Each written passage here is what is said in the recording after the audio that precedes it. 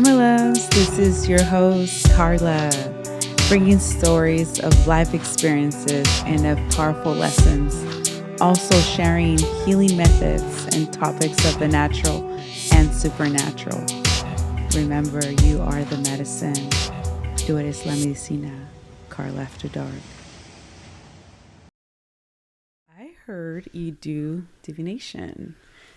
So how does that work? Well, it's a big part of my life these days. Mm-hmm. And that is another realm that opened up to me on my path in this journey of discovery and healing. And it came to me as I was apprenticing in the Pachacuti Mesa tradition. As I was learning about the Andean cosmology, I was in a group that was apprenticing over a year-long process. And there's a man who was in this group with me named Trevor, who would tell me, this Peruvian medicine is really strong, but what I really feel connected to is stick divination. And I was like, okay. It didn't really land in me. And then I would see him 3 months later and he kept saying, you really got to try stick divination. It is so deep. And I'm like, okay, that doesn't really sound deep. Stick divination. And I kept hearing him over the course of a year. And finally I said, okay, I will go see your teacher and experience that. And I met his teacher, Mark Bockley, and received a divination. And it's a way, this form of divination, stick divination, comes from West Africa. And the tribe is called Dagara. And stick divination is a way, it's an ancient way to connect to the ancestors and to nature spirits and to correct the patterns in our life that are not serving our purpose. And it's a way to connect to the spiritual allies that are all around us in nature and a way to live in a relationship with them so that we're not making missteps on the path. Because if we are not listening to the spirits of nature or our ancestors, we could easily do things that create obstacles, and then we encounter obstacles. And had we tuned in to those resources, we might not have these obstacles, and we might have an easier access to having an open path and allowing our purpose to come to fruition. So divination, it's a broad term. There's many forms of divination used throughout all time by different cultures and different ways to be able to read the script of the unseen realm and translate it so that we can have a relationship to it. So it's one of these essential pieces of being human. And it's in certain cultures, it's unbroken. It's practices that are tens of thousands of years old that are still being done today and maintain the integrity of the village and our ability to connect with the land upon which we live. So being a diviner means that I'm someone that's been initiated to make this type of contact with the ancestors and with the spirits of the land and have a daily communion with them, and to be able to read for a person what is alive in their energy field that can be addressed And a lot of times ancestral patterns emerge, and we might have blockages from ancestors that had difficult lifetimes, and something needs to be acknowledged. And so the way we can acknowledge ancestors might be a simple ritual where some type of a substance, a physical substance, is offered in their name to allow them to be seen and heard, and a process completed so that it doesn't continue to play out in our lives. So we might have a lot of disharmony in our relations, or maybe bad luck. It seems like it's bad luck, or difficulty in finding home or job or a profession and earning right livelihood. And divination helps a lot in these really practical day-to-day living kind of things. When we are prescribed the correct rituals to name the pieces that are at play in the unseen realm, and we can then witness our life take shape in a new way. Otherwise, these things keep playing out, and we'll keep drawing people into our lives that are just simply there to play out something that was not corrected or resolved.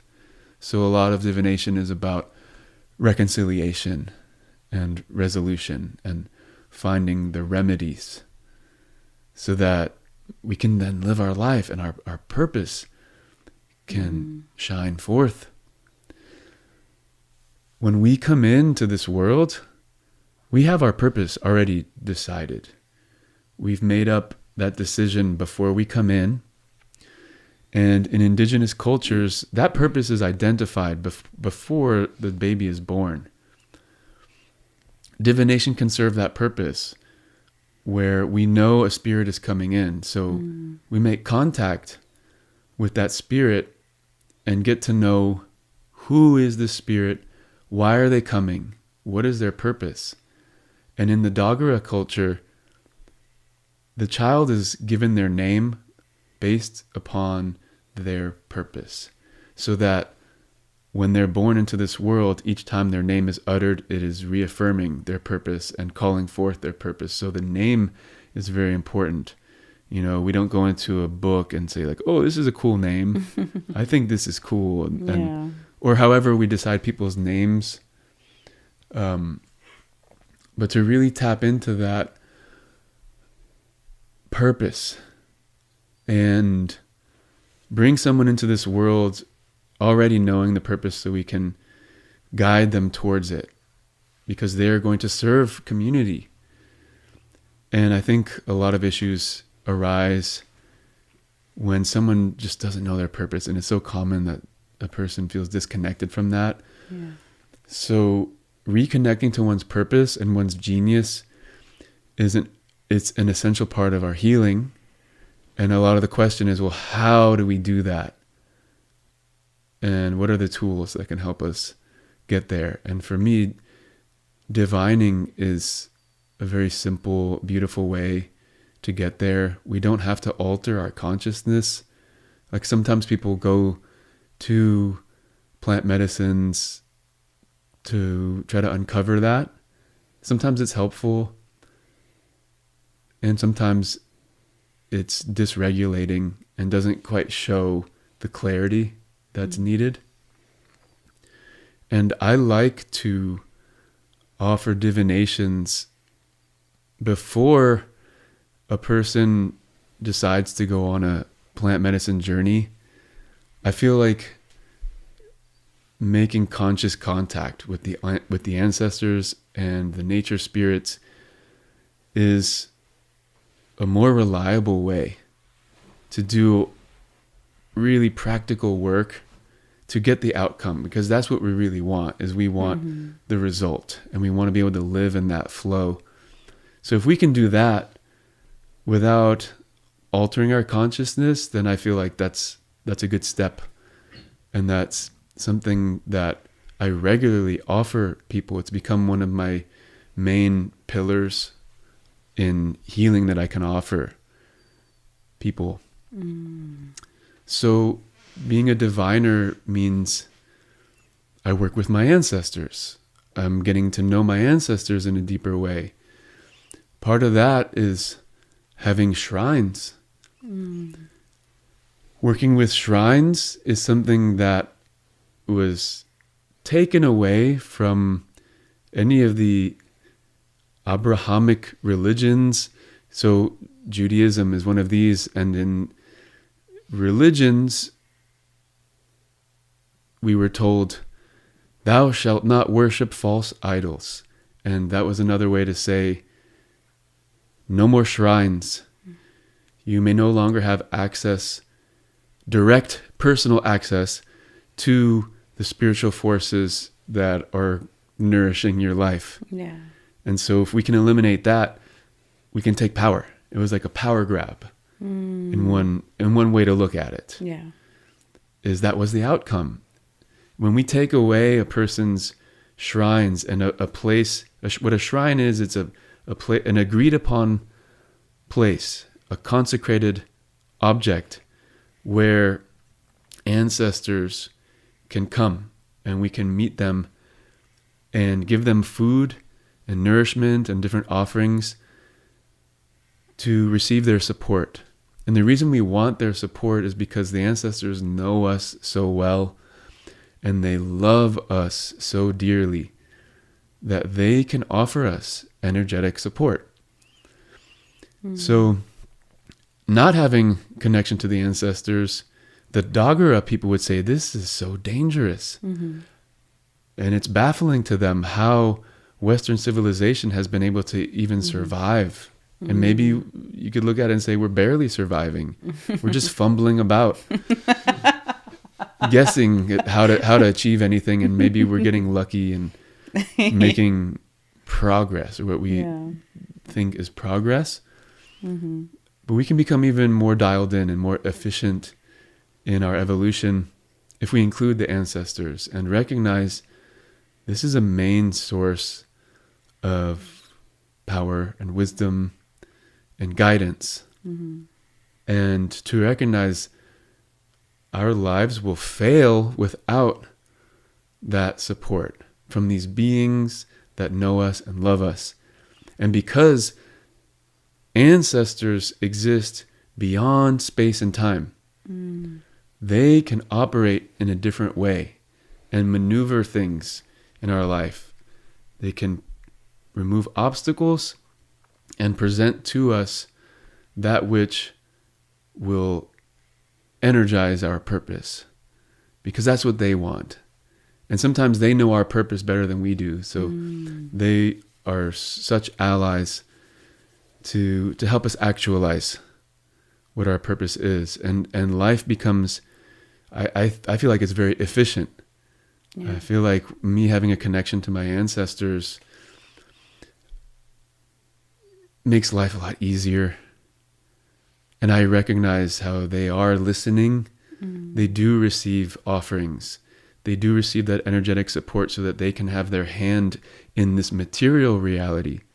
They are operating in the immaterial reality. So the question is, how do we make the bridge between the immaterial and the material? And the ancient ways already have that technology. We don't have to change anything or do anything different. All we have to do is remember the ancient technology, remember how to do it with a pure heart, and use it and learn by doing and continuously doing and remembering. And that's been my experience in the past, like 5, 6, 7 years since I received my first divination. And now it's been 3 years since I've been initiated to do divinations. And I witness so many people who I divined for achieving these results and creating harmony in their lives and within their family. Because a lot of the family dramas, and it's inevitable that we have family drama most of the time, we have that, but where does that come from?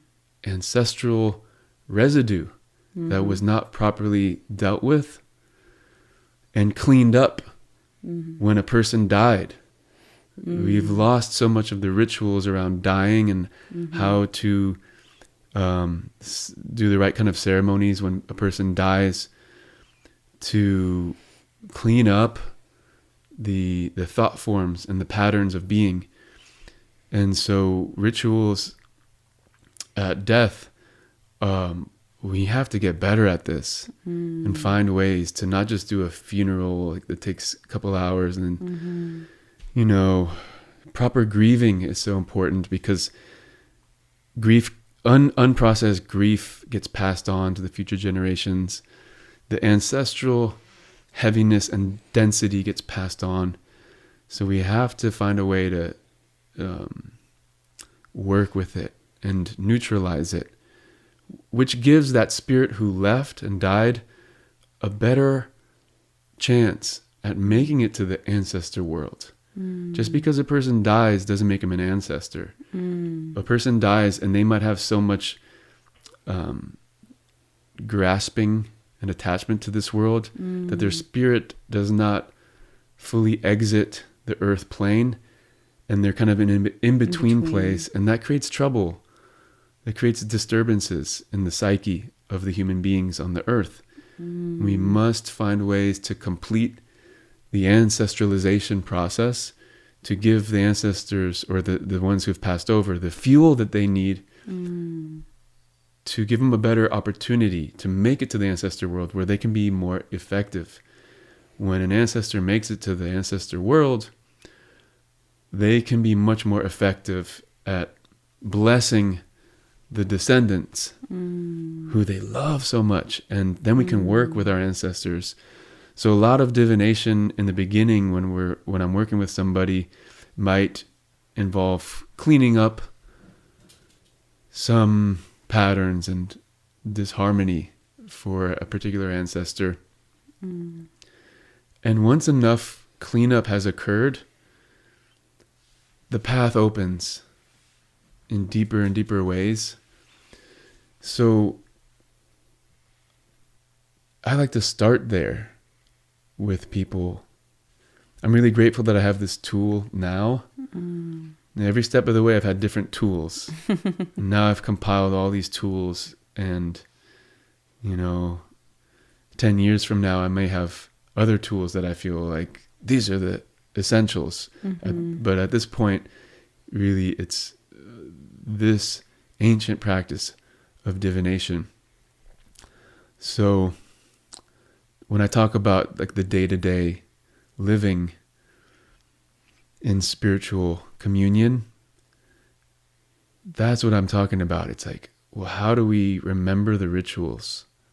And I remember my teacher, Don Oscar Miro Quesada, saying his mentor, Don Celso Rojas Palomino, who passed down to him these ancient ways of utilizing a healing mesa. Well, what he spoke to Oscar was, of all the teachings that I've given you about how to be a healer and wield the kamaska and the healing energies and the ways of ceremony, of all the things I've taught you, the one thing that you have to teach people is how to remember the rituals. That's the most important thing, because ritual is what structures relationship. We're just fumbling about trying to figure out our energy amongst each other, and we're bouncing off energy from human to human to human, but we forget that there is a spirit of earth that we are all connecting to and collaborating with, and all relations, it's not just me and you. There's three. It's me, you, and earth. And so a lot of times the heaviness and density we feel with human to human is just missing that ingredient. The earth is here to hold us. The earth is here to witness us. So how do we remember to reconnect to the earth and release to the earth that heaviness and density? Because that's what she is good at doing. She's great at holding density, which in Quechua, heaviness and density is called hucha. So we have all this hucha in our energy field and in our bodies, and we're just so used to holding it and doing our best. But what if we remember how to discharge it and offer it as food to the earth? Because for the earth, hucha and density is not a negative thing. There's no morality attached to it. It's not a bad thing. For the earth, it's food that contributes to greater inspiration, creation, and dreaming for all of life, all beings. So this act of remembering how to release to the earth, make offerings to the earth. Here, earth, take this heaviness that I feel. You need to hold this. Speaking these words out loud, like remembering how to speak to the ancestors and the nature spirits. That's part of the day-to-day healing process, is knowing that our spoken word must be utilized. And all we need to do is remember how to speak in these ways. Because if we have the right words and the right offerings, miracles can happen. That's all we need. So this is the path of divining in the Doggerel way, in a nutshell. In a nutshell. A big ass nutshell. I'm all A big old walnut. I call it mind fucked right now. So you said what? I mean, you're 100% on that part where where we don't know how to release that part, right? And we forget that Mother Earth, Pachamama, takes that. That reminds me, like, naturally my body, when I feel like very dense in ceremony or in just meditation, I always want to touch ground, and I feel like immediately like the pull, like just releasing and giving it to her. It's just so beautiful when naturally, like how we're naturally coded, like our essence remembers how to give it. And it's wild that you just said that, because nobody has taught me that, right? I just naturally just, take it like it's yours. Yeah, I'm remembering a number of times where Don Oscar, in the presence of somebody who needs a certain type of a healing, he'll instruct them to lay upon the earth on their belly, allowing their forehead to touch the earth, and just breathe and exhale all of the hucha and discharge it. That action alone, it's a remembering, because if anybody's never done that, as soon as they do it, it's kind of like, whoa, oh, I could have done that like all this time. Oh yeah, that was pretty simple. And effective. That worked pretty well. That's always there for me at any moment of the day. You just lay flat on the earth and surrender, give it to Mama. So I like these ancient ways because they make our life easier, and they're simple. They work. They've always worked. There's no fancy technology involved in that. Oh God. So I was listening to you, and there was a part where the divination part, where a lot of people get so caught up in the dogmas, right? Because it sounds like we've been programmed for so long. That's like you're messing around with stuff that you don't even know. That's so ingrained in the programming. If you're brought up in Christianity, or you brought up in as a Jew, I'm sure that's, you're letting go, you're detaching, unprogramming that, disconnecting that, or rewiring, whatever you want to name it. How can people feel? For me, I accepted it, because immediately it was like I was feeling, why am I programming this? But the way you worded it just makes a lot of sense, because when someone it's going through a cancer patient, or somebody's in between, they're still conscious to an extent. their bodies here, but they're not gone. So they can be still holding on to this earth, right? It could be an attachment that they don't want to go for whatever reason. Could that be it too as well? Like when people they're in between, they're not gone in this with their vessel.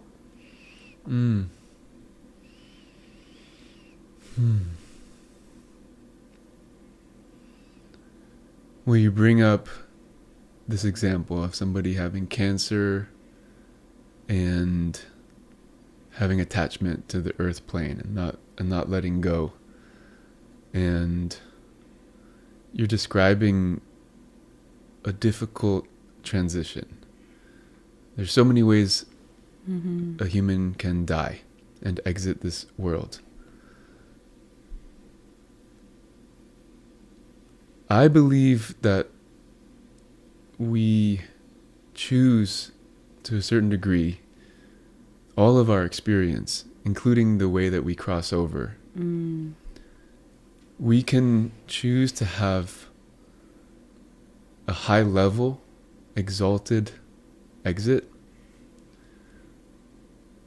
And we can also choose, because we have free will in this experience, to have a challenging crossover just for the experience of it.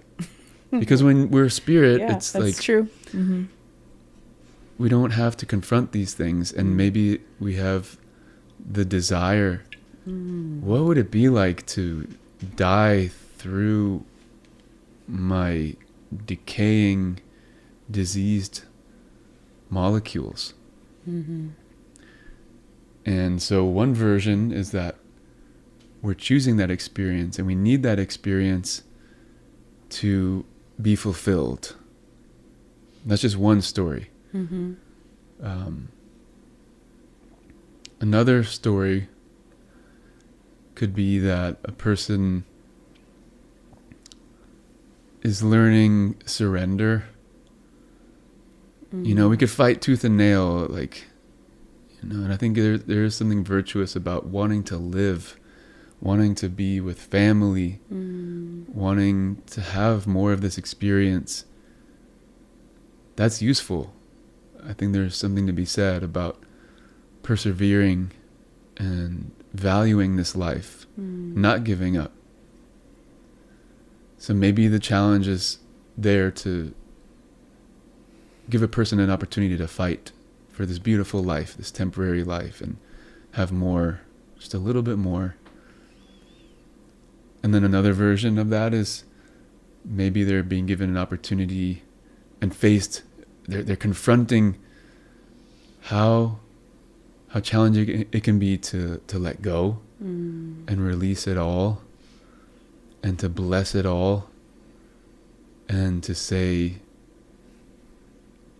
this life is completing, and I release and let go into the unknown. And I have faith that where I'm going is a beautiful place. So certainly, like, this attachment is something that I think we all grapple with. Learning how to dance with desire and attachment, and find a balance point of non-attachment and acceptance. You know, knowing when it's appropriate to attach and when it's time to let go. And if we have no mechanism of letting go, life might try to teach us how to do that. And surrender and letting go, it's part of this like pendulum of like what we need to master.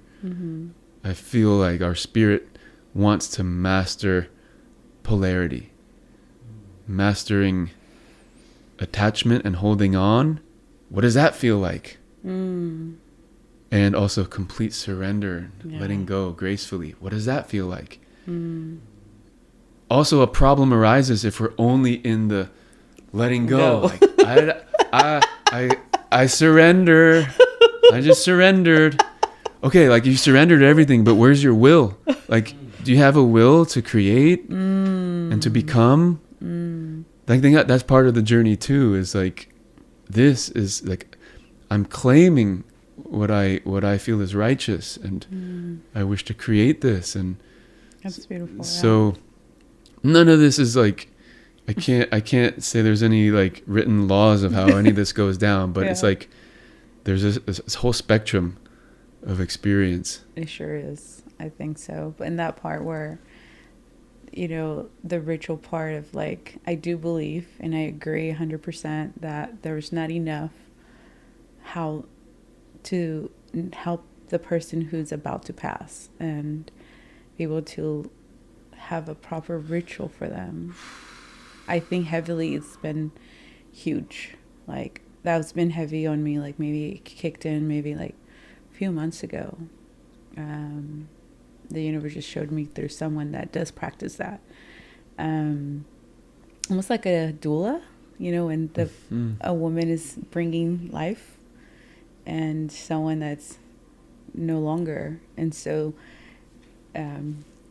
she sits with them and does a ritual. It's beautiful, and there's not enough of that, and I agree. Guiding them in that space where they can go freely back home, you know? Oh yeah, I have an experience with that. You Being really? a death doula for my grandfather. No way. It was one of the most powerful experiences that came through grace, is the best I could say.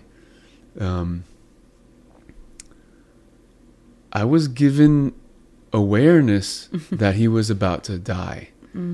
And to everyone else in my family, they thought I was crazy. He went into the hospital because he fell down or something. It was like something minor. And I remember calling him and hearing his voice, and I heard something. There was something in the quality of his voice where I just knew instantaneously, he's about to die. Wow. And when I told my family, they were like, he's not going to die. He just fell and hurt his hip. But something like this voice, you could call it, like spirit, was just like, you must go, like, get a credit card, buy a plane ticket, fly to Florida, and be with this man, because he is about to go. And I listened to that voice. I was 22 years old. I got on that plane. I flew to Florida. And I don't know how the hospital got my phone number, but as soon as I landed and I opened up my little flip phone, it started ringing.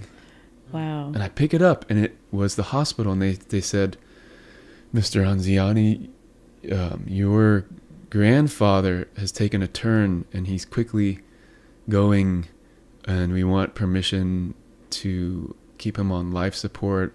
I think that's what they're asking. And I just basically was like, keep him alive until I arrive. I'm almost there. And I take a taxi. I go to the hospital. And before I left, something guided me to a book in my book collection called The Tibetan Book of Living and Dying. It's an interpretation of the Tibetan Book of the Dead. The Tibetan culture is another culture that has preserved the dying rituals and the elaborate knowledge about how to be with a dying person and where they go to the different bardo realms after transitioning. And I grab this book and I get on a plane, and then I'm sitting with my grandfather and flipping through this book, and it's giving me instructions of how to be in this state. And one of the first things that it says is, when you're with a dying person, you are to whisper into their ear, you know, I'm here with you. It's me, your grandson. I'm here with you. And you are dying. And it's okay. I said these words to my grandfather, and he was in a place where he wasn't verbal, but he was nodding to me, and I would ask him questions, and he was able to communicate. And I was able to show the nurses that he wanted to die. I could see that he wanted to just complete and stop breathing, but they had him on all this oxygen, keeping him alive. And so even when I convinced the nurses, because I was like, look, I'm going to ask him a question, like, Grandpa, do you want to go? He's just like, yes. do you want these machines on you? No, because he was trying to get him off, and they wouldn't let him. And they finally agreed to take him off, and he started like breathing and like, and they freaked out, and they're like, no, we can't do this, and they put it back on, and they're like, we cannot have him die in the ICU. This is not good. He has to be in a hospice. Yeah. And so the book gave me instructions on how I could communicate to him, and I was able to tell him, as soon as we get you into another bed, I promise you, you can exit. And what the book was also showing me was that you can look at the coloring of a dying person, and it will give you a glimpse into how much time is left. So it'll say something like, if the skin is turning yellow, it means the earth element is dissolving and there's 6 hours left. If a greenish color comes in, then like the wind is leaving and there's 2 hours left. Wow. Like, it's very specific. I'm just giving, none of this, what I'm saying is accurate. It's just like, I remember there was something about the elements, something about the color of the skin and how much time is left. So I was able to see like, oh, okay, he has like 4 hours left now. And it was so helpful. And what I'll complete the story with is saying that as soon as they put him in his new bed, they had me leave the room and they set him up. And then they opened the door. They said, okay, you can come inside now. I took 1-2 steps into the room, and I see out of the corner of my eye, this man just goes, wow. And he left. And I get next to him, and I touch his heart, no heartbeat. And the nurses are like putting things away, and I'm like, hey, I think he just died. And they said, no, that's impossible. There's no way. He's fine. And I'm like, check him. He just left. And they're like, no. And then they check him and they're like, oh my God, how did he do that? And I asked them to leave. I say, okay, well, please give me peace. Because in the Tibetan Book of the Dead, it says as soon as someone passes away, you need to meditate and hold 15 minutes of silence. Wow. It's total stillness. And so I did that. My phone rings. It's my parents. I open the phone. I don't say anything. They say to me, he just died, didn't he? I said, how did you know? Because 15 minutes had just gone by. I asked, how did you know? And my parents said that they were watching a sunset. And something about the light and the clouds, and something happened. There was like this brilliant light, and a feeling came over their bodies. Wow. They just knew that he had left. And so I had completed this process. I'm grateful for whatever was guiding me to be there and to witness. One of my spiritual teachers told me that one of the fastest ways to spiritually evolve is by being bedside with people who are crossing over, because a portal is opening. And I got to have that experience. I've had a couple other experiences bedside.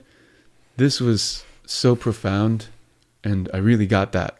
That being bedside is an honor. It's highly transformative and allows someone to evolve. And also, it's the greatest way to honor a human being is to be there in the loving presence, so that their transition can be a good one. Because so many people are left behind, and so many people are with all the confusion of the medical industry. Like the way I described the story, you can just see how confused the medical profession is. Like, they don't know what they're doing. They're trying to give oxygen to a soul that is ready to go. And they're like, no, we can't do that because lawsuit or whatever. It's like whatever reason, it's getting in the way of like the most natural process. So that's one of my experiences with the death doula-ing. Oh, wow. It's honestly, I think this part and this segment part, I hope whoever listens, like, this is so important. I hope, like, touches their heart, just you sharing this part, that how honoring is to have somebody that they can help them transition and exit this human life in this plane. And so it means a lot for me because I know I will probably be one of them for my mother or whoever, I feel that's another thing that I feel okay to do. I feel that death is important to be acknowledged. I think a lot of people don't. It's too scary. In my culture, my ancestors, we honor the dead. And we understand how that transition can be very difficult in the Western. And like you said, it's if we don't know the rituals, if we don't know how to do it, then it's like you said, it's a mess. It messes with our earth plane. Correct? Is that what you said earlier about that part? Because they get stuck. Yeah. I'm flashing back to this Pixar movie. The Soul. What is it called? Not The Soul. It's the one that had a connection to Dia de los Muertos and Coco. Yeah. Book of Life. Coco. I think that's what it's called, Coco, right? yeah. And they have this beautiful song called Remember Me. And the whole idea in the movie is when you forget your ancestors, they start to disappear. But when you remember them, they have more form and more ability. And I thought that was a beautiful depiction of how we have to relate to the ancestors, and that what a beautiful tradition of like making the offerings of the marigold flowers, and that there's a process that takes place on the other side of the veil. There's a collaboration between us and the ancestors, and when we forget that, they start to dissolve and lose their identity and lose their purpose, which can be so helpful. So, and that's the part where a lot of people like, no, they're not gonna disappear. Like, it's a form of express, like, to show like you don't know who you're coming from of your ancestors. There's no roots, and a lot of people like, that's not important. It is important when you're in this plane. So then when you transition, then you become that ancestor, helping those ones that are here. Thank you for sharing that part about your grandpa. It means a lot because it makes a lot of sense to how you were holding space for him. And it's crazy how, like, you don't even know how, and it's just how the universe just guided you to do it. Yeah, it was very mysterious. And I remember telling my whole family this story after the process was complete, and everyone was kind of at a long table, and I shared. It felt like such a victory because I was able to tell the tale of how no one knew he was about to transition. And I just feel so blessed that I got to witness that moment and hold it in a good way, the best way I knew how, which luckily I had this tool. I had this book, Tibetan Book of Living and Dying. And that's my prayer for people and with their loved ones, is that we just get better and better at holding each other in this passage from this life to the next, and continue to relate to them when they exit this realm, and knowing that it's not done, it's not over. We always have a relationship, and our time will come when we reunite. Absolutely. And so there's an art. This is the art of living, the art of spiritual living, the art of mystical living, and doing the best we can to remember ourselves, our ancient selves. And, what I look at this time as is a time of remembering and becoming the ancient future. I like that phrase, the ancient future.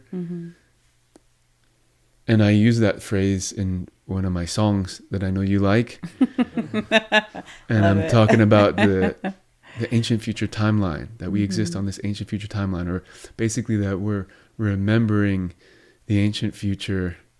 How can we bring back the wisdom of the ancients so that our future is not just flooded and infused with technology, but it's flooded and infused with ancient technology that's really more basic and simple and incorporates the unseen realm.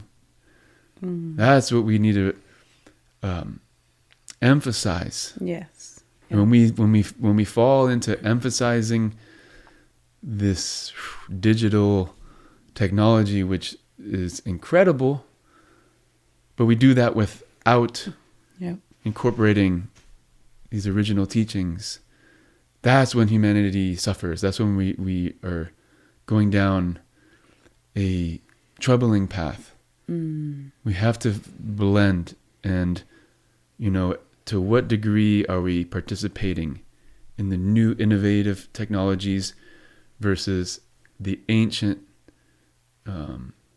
supportive technologies, the reciprocity, the ancestral veneration, the earth stewardship. If we can balance out our day-to-day lives, that's my goal every day, is like, how can I make sure I'm not forgetting these ways? And the reason I like to remember these ways is because they serve me, and I see how it serves my community. But it's always just like, just for today, how can I do that? And some days maybe I slip, maybe I forget.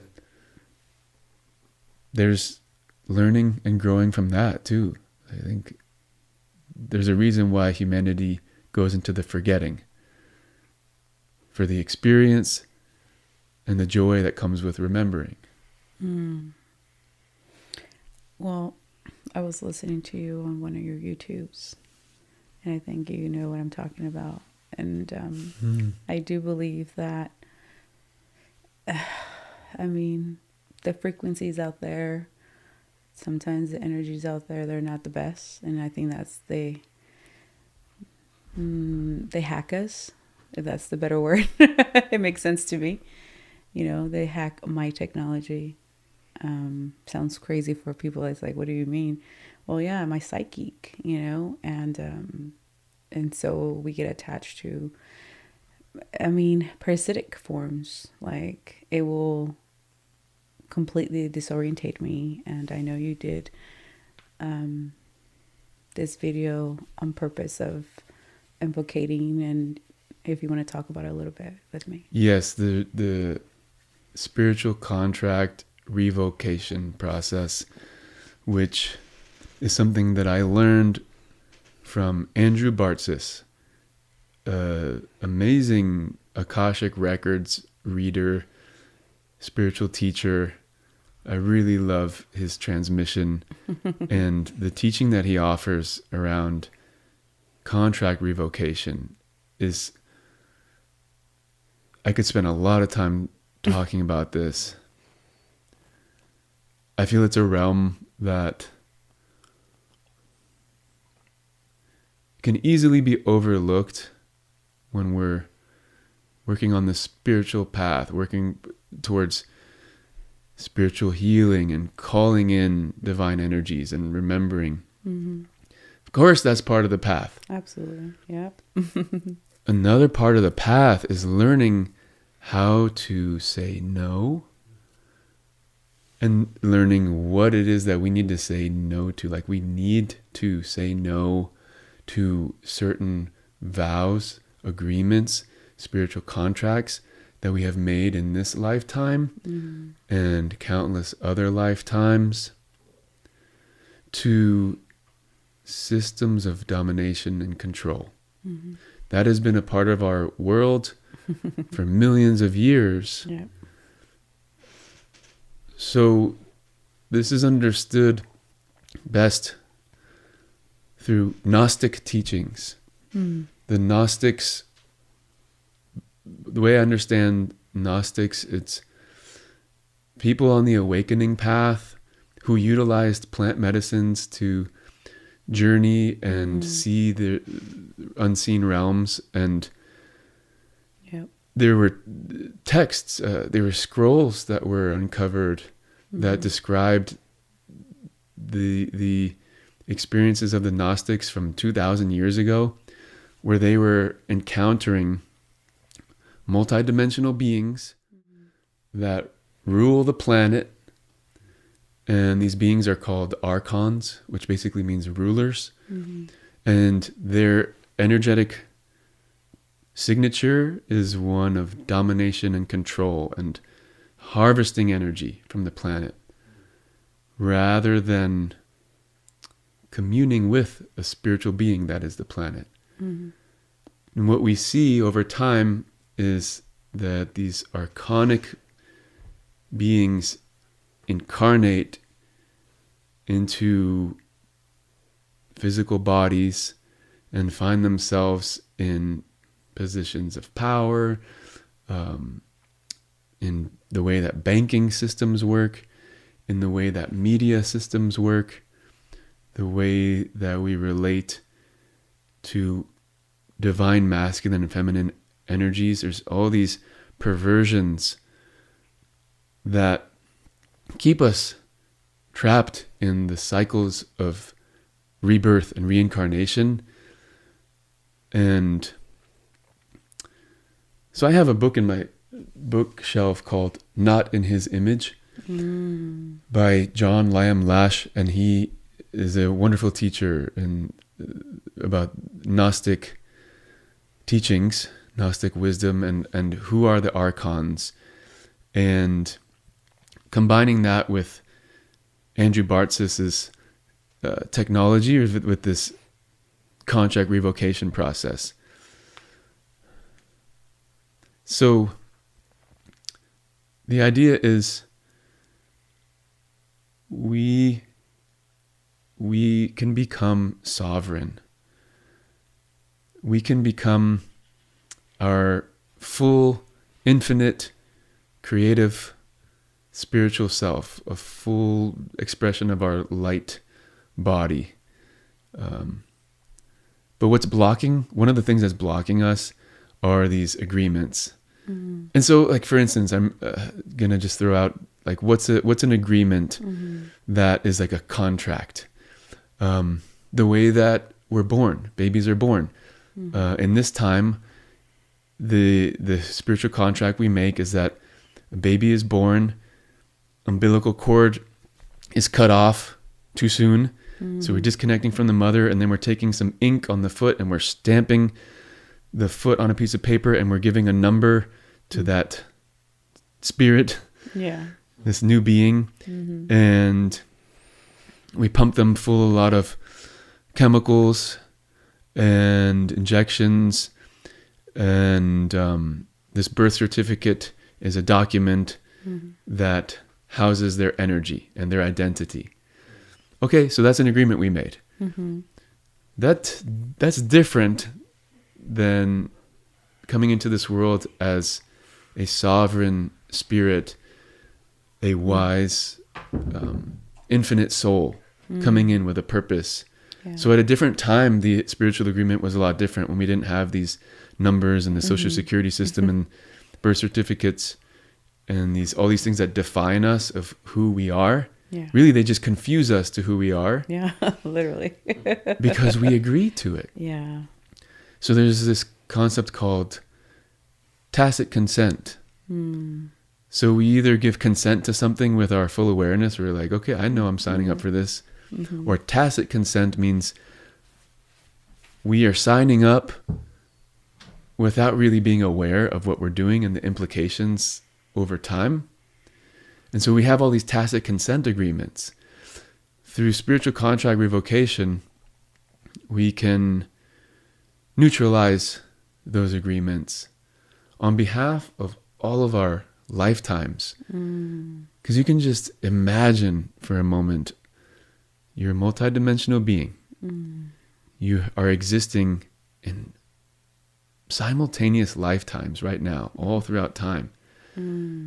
Beings that are in the army are doctors or lawyers or homeless or beggars or saints.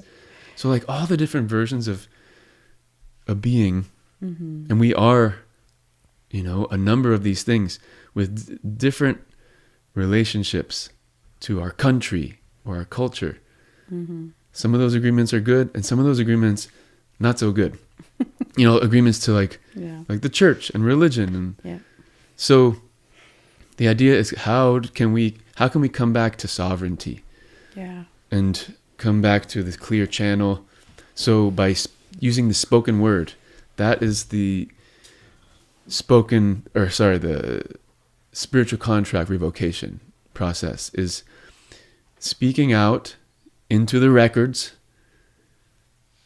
I do not consent to any agreements, any vows, contracts, promises that I've made in any of my lifetimes, past, present, future, in all dimensions, all timelines, all existences, all galaxies, all universes that I exist in, to the system of domination and control. I revoke all those contracts, and I return myself to living in union and communion with Earth Spirit, with Earth Mother. These words were really powerful for me to hear and speak myself. Yeah. And what I'm told through Andrew Bartz is, if we speak it, this is our soul's signature frequency. Our soul recognizes it. And we gather all of our existences, the ones that are forgetful, the ones that are lost in forgetting. It's like the ones that are like, they have their boots strapped on and they're ready to go to war. Yeah. It's like that being maybe would live their whole life not understanding that they could have taken the boots off and connected their bare feet to Pachamama, and to remember we're communing with this living, loving spirit. We do this together. There's entire lifetimes where we forget. But when we enter into this now moment, the I am moment, I am claiming my sovereignty, I am revoking these contracts, we are pinging those lifetimes to have a moment of simultaneous awakening. When I saw the movie Cloud Atlas, this movie is based on a book. Visually, Cloud Atlas shows this process taking place. I don't know if that was the original intention, but it shows people existing across timelines and how a decision made on one timeline ripples into the other timelines. So there's this, I remember there was a scene with somebody like holding a gun about to shoot somebody, but then they are overcome with the awareness of, oh no, I can choose love. And they put the gun down. And as soon as they make that decision, the other timeline changes and reflects making a higher consciousness decision. Wow. And I love that movie for this reason, because when I do a spiritual contract revocation, I know I am making an impact on behalf of all these beings that I am. I may not have awareness of them, yet I trust I'm a multidimensional being functioning on multiple timelines and dimensions throughout time. And I am, in this moment, choosing to be in that sovereign seat of authority and guide those lifetimes. It's a process I recommend for people to undertake. There's these documents that Andrew Bartz has already composed. His website, galactichistorian.com. In the resources, there's spiritual contract revocations. And all a person needs to do is just read them out loud. I've read them hundreds of times because there's something about the repetition. It's just, yeah. And you detach from the parasitic form. So a parasite is an energetic structure that is harvesting your energy. It's just like having a parasite in your gut. Yeah. It's just living there. It's not giving you anything. It's just consuming your food and it's hijacking your brain, it's hijacking your thoughts, making you think things just so that it can be fed. Mm-hmm. So we have physical parasites. That's another story of how to deal with that and work with the gut. We'll work on that one in the future. Very important to it's necessary. achieve sovereignty in our microbiome in the gut. That's a whole conversation about healing the psychic parasites in the same way. And so that's another domain, working with clearing our field of these psychic parasites that are coming at us through the media, through social media, through the mainstream media, through the way the banking system functions and all the agreements we've made over time to the banking families, giving up our sovereignty, giving the power away, being in a system of debt. So if we can clear that up, we're going to free a lot of space in our energy body. If we don't do that, we are continuing to give tacit consent that this may continue into the future. Yeah. So I think that's a stumbling block, or that's like a wall inevitably will all come against. I hope that people become aware of that, become aware of the ways that archonic forces do exist, and we have to be courageous in facing these things and have enough energy to say no in a way that is not really charged. It's just it's like a strong no, I do not consent. And when we do that from this sacred neutral place from within us, that's how we rewrite the timeline. That's how we can rewrite the script of the Akashic records. The more people do that, that's us stepping in our co-creative power. The saying no is like, this is not what we agreed to on this earth. This earth is a divine being that we are in communion with, and we are listening and sharing this experience because we honor the earth. We're not here to harvest the earth.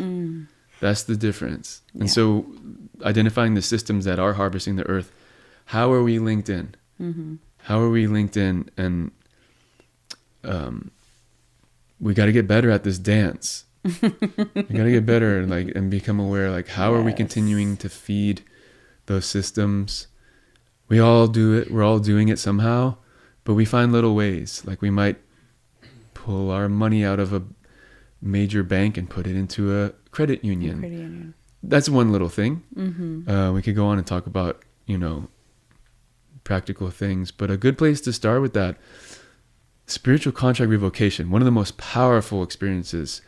I found that in 2012, and I literally felt all these heavy, dense energies exiting my field as I was naming one by one all the ways that we can agree. So I recommend people look at that and read it out loud. And my suggestion is, if there's statements in there that don't feel completely resonant, then leave them out, but make your own document. I'm sure people will find many things that they do feel resonant with, and it feels good to cast it out for this lifetime, for all the other lifetimes.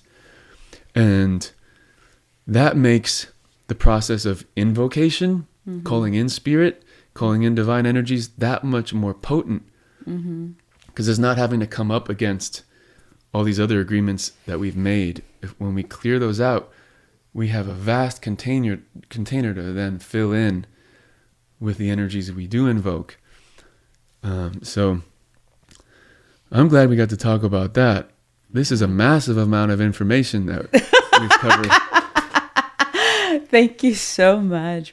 I mean, I think it's so wild how I was listening to you and on the YouTube, and I was like, holy moly, he gets it. I thought I was the only one thinking this way. But, I was meant to reunite with you in this lifetime and help me remember, because I was able to get that vision of the parasitic form and technology on one of the Sapito ceremonies. And it would probably just jump on that. But on that vision, I was able to see that. I shifted into my spirit animal, and I was like, sounds wild, you guys, but I was literally in my energy. Like I was in a form of technology myself, but my spirit animal was that form, and just snatching and just like it was venom to our consciousness of like everybody. And it was a form of showing me like that's what's happening. And I wasn't able to really comprehend. But when you right now explained it again, and earlier when we were on the call, it was like, holy moly, yes. We have given permission. And you, like you said, like it goes from multi-dimensional form. And so that was just the wow. I mean, it was more to it, right? It was pretty deep. But it was blowing me away. That ceremony, I first connected to Pachamama. I was burping a lot. I was, alchemizing, transmuting. I was releasing. I was collectively working and within myself too. And then it shoot me off after I got served. It shoot me to that. It was like wild. I was here, but I was out of, it was beautiful. And I was like, okay, I might not understand everything, but it makes sense. And it was just so parasitic. Like it was infesting like us human beings. But that's the clear, I mean, if I could paint it, it was just amazing. Like the way it was described and showing me like this is what's happening. That information was wild, but yeah, thank you it makes a lot of sense. And I need that in this lifetime. So I'm definitely encouraged to. Do the practice. And one way to approach it is record yourself speaking it out loud, and then listen to yourself. And there's a certain empowerment that happens when you hear your voice reading these things into the record. And you'll also hear the way in which you can give a little more power and emphasis on the words. Because some of the words and the terminology aren't completely familiar. But when you hear your own voice speaking it back, you develop the familiarity, and then you have more energy to be like, yeah, I revoke all contracts on every timeline, dimension, every lifetime. And you become really familiar, and then you own it. And the more you own it, to me, it's making it more real. And the power of the spoken word, it's like we are weaving this waking dream together. And the more people who are speaking in these ways, in this place of empowerment, it's changing the fabric of the collective. Yes. Getting into a transition right now, we talked about revoking contracts, and now we're going to jump into this beautiful medicine song that brings to me many remembrance of my codes. Can you talk about this amazing song I love, and I'm sure a lot of people once they hear it and know you, and recognize this song? So this song was inspired by the Pachacuti Mesa tradition. In learning the healing arts from the Andean cosmology, we learn about the healing energy of the earth, which is called kausai. It's like life force energy from the earth, like earth chi, or it just means life. Kausai, life. And we also learn about the healing energy from light itself, starlight. It can be called celestial luminosity. The light from the stars is referred to as kanchai.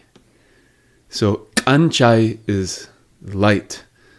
Kausai is life. So for me, when I am learning new languages, when I'm learning different traditions, I remember things when I create songs. And it's also a beautiful thing when learning a new language and finding a way to create repetition. Mm. When we repeat these words, we're calling them in more and more.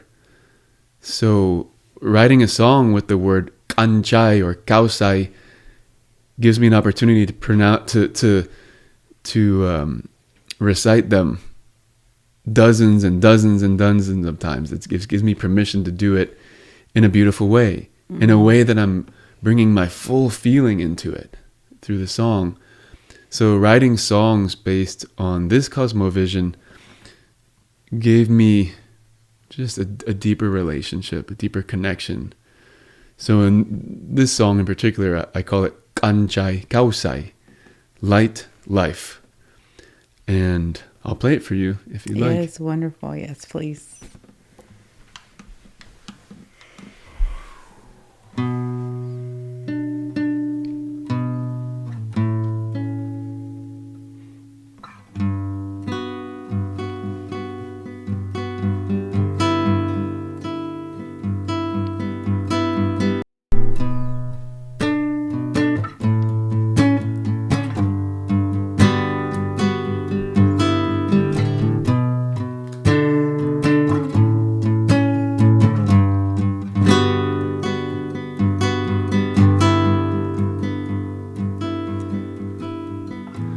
Bring me to light, bring me light, bring me kanchai. Bring me to light, bring me light, bring me kanchai. Bring me to light, bring me light, bring me kanchai. Bring me to light, bring me light, bring me kanchai. Bring me kanchai.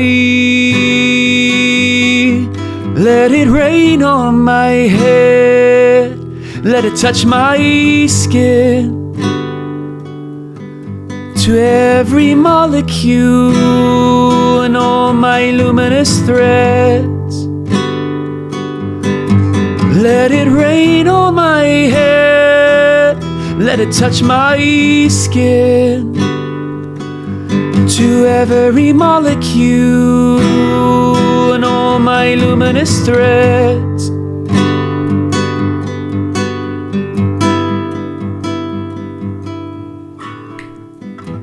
Bring me to life, bring me life, bring me kausai. Bring me to life, bring me life, bring me kausai.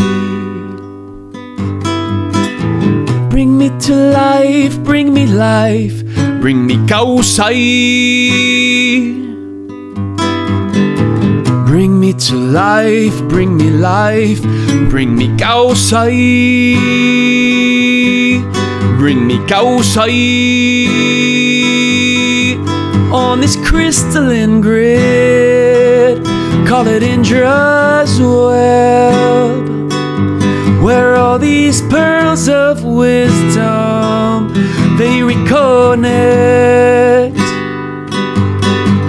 On this crystalline grid, call it Indra's web, where all these pearls of wisdom, they reconnect, yes, they reconnect.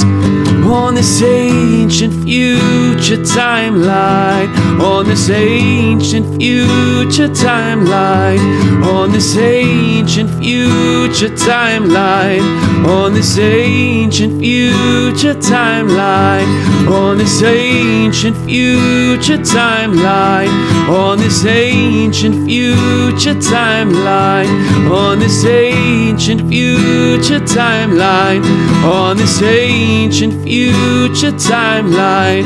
Bring us light, bring us life now. Bring us us life now. Bring us light, bring us life now. Bring us light, bring us life now.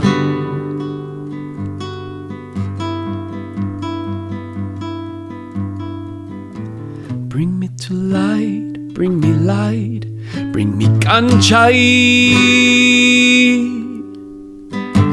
Bring me to light, bring me light, bring me kanchai. Bring me to light, bring me light, bring me kanchai. Bring me to light, bring me light, bring me kanchai. Bring me kanchai. Let it rain on my head, let it touch my skin. To every molecule on all my luminous threads. Let it rain on my head, let it touch my skin. To every molecule and all my luminous threads, yeah, all my luminous threads. On this ancient future timeline, on this ancient future timeline, on this ancient future timeline, on this ancient future timeline, on this ancient future timeline, on this ancient future timeline, on this ancient future timeline, on this ancient future timeline. Bring me light, bring me life now. Bring me light, bring me life now. Bring us light, bring us life now. Bring us light, bring us life now.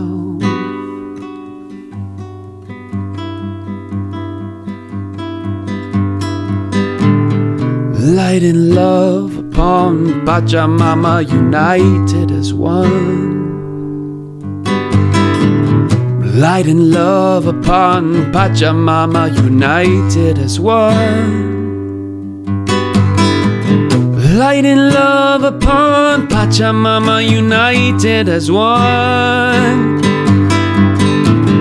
Light and love upon Pachamama, united as one.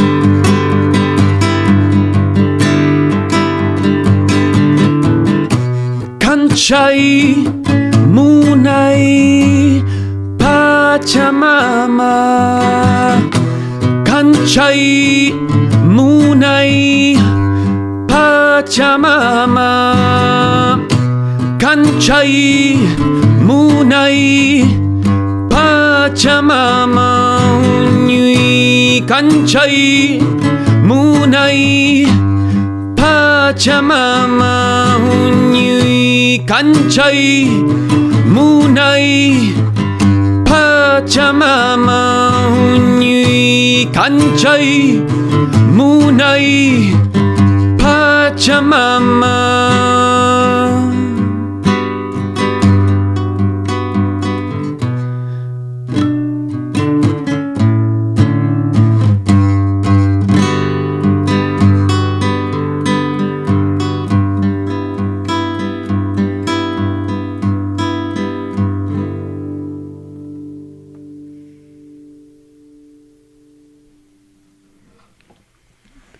Wow.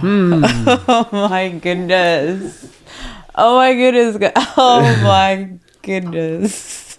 Yeah, thanks for receiving that. Oh. That song takes on so many different forms. Every time I do it, it's a little different because in the moment I might add different parts. And this time around, I was singing this mantra, essentially. Kanchai Munai Pachamama Hunyui. This is an invocation, light and love upon Pachamama, united as one. So those words, Kanchai is light, Munai, love, Pachamama, Mother Earth, Hunyui is united. So by saying this invocation, by uttering these words in this language of Quechua, which is recognized by the spirit of the earth, we're literally invoking that to happen now, in this moment. May light and love be united upon Pachamama. So this song,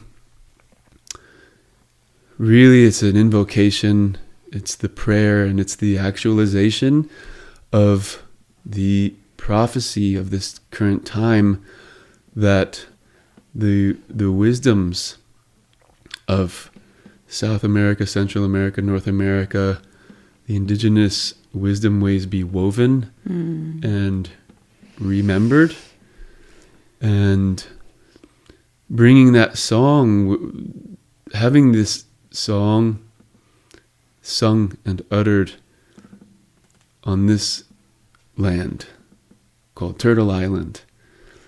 This is the actualization.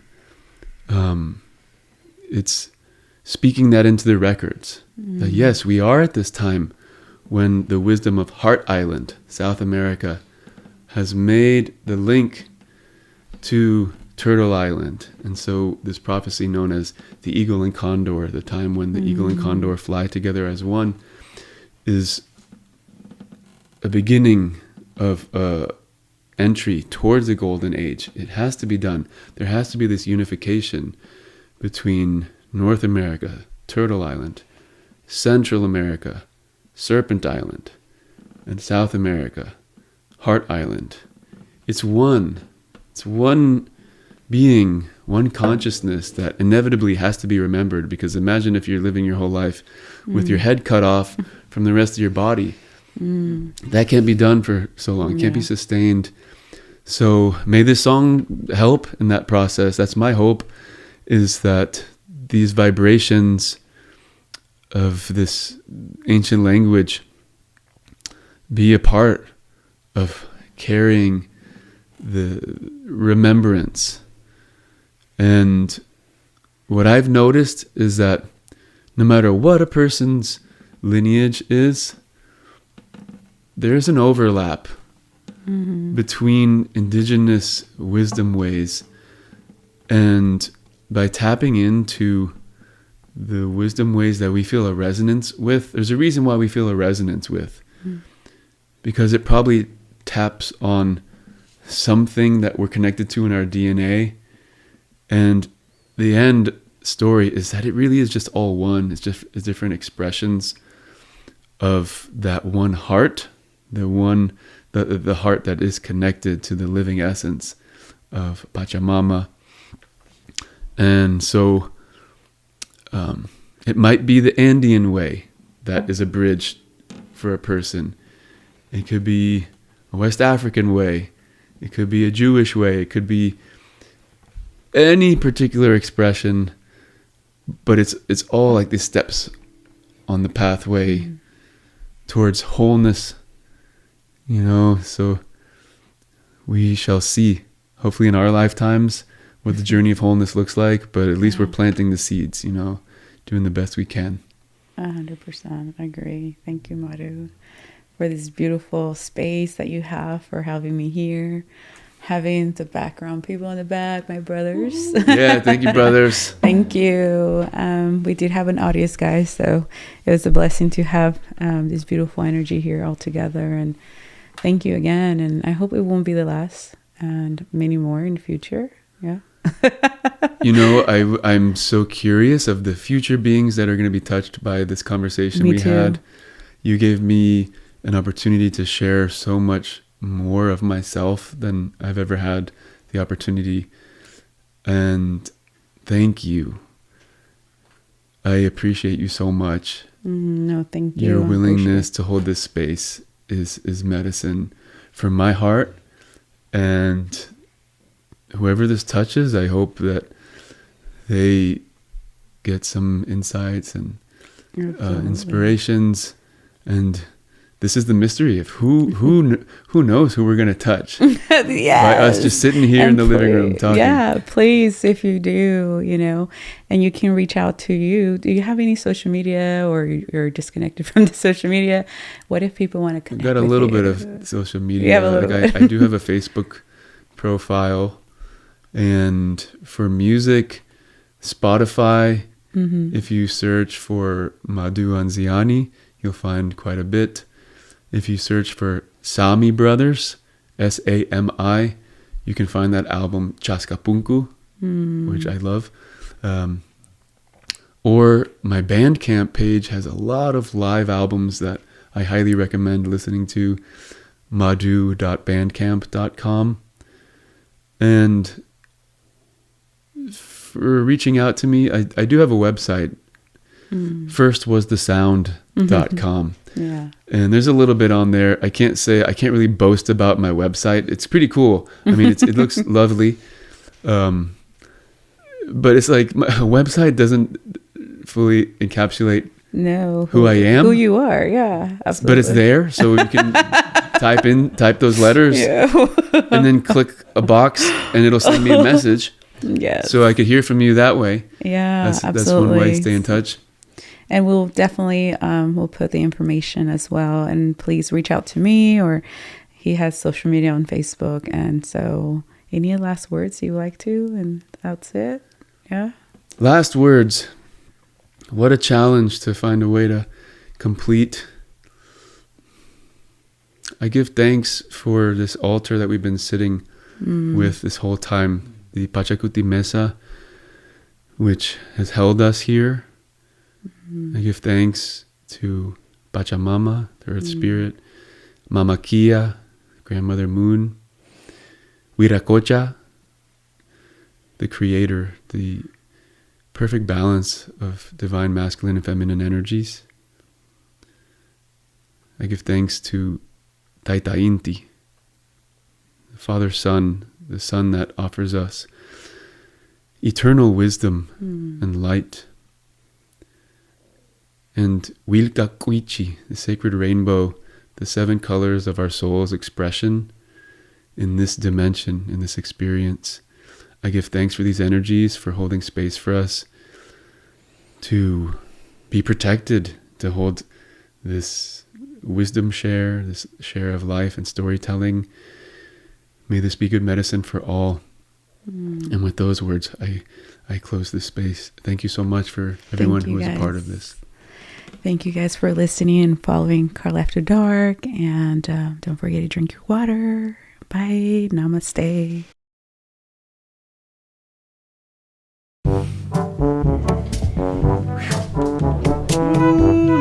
Video bomb.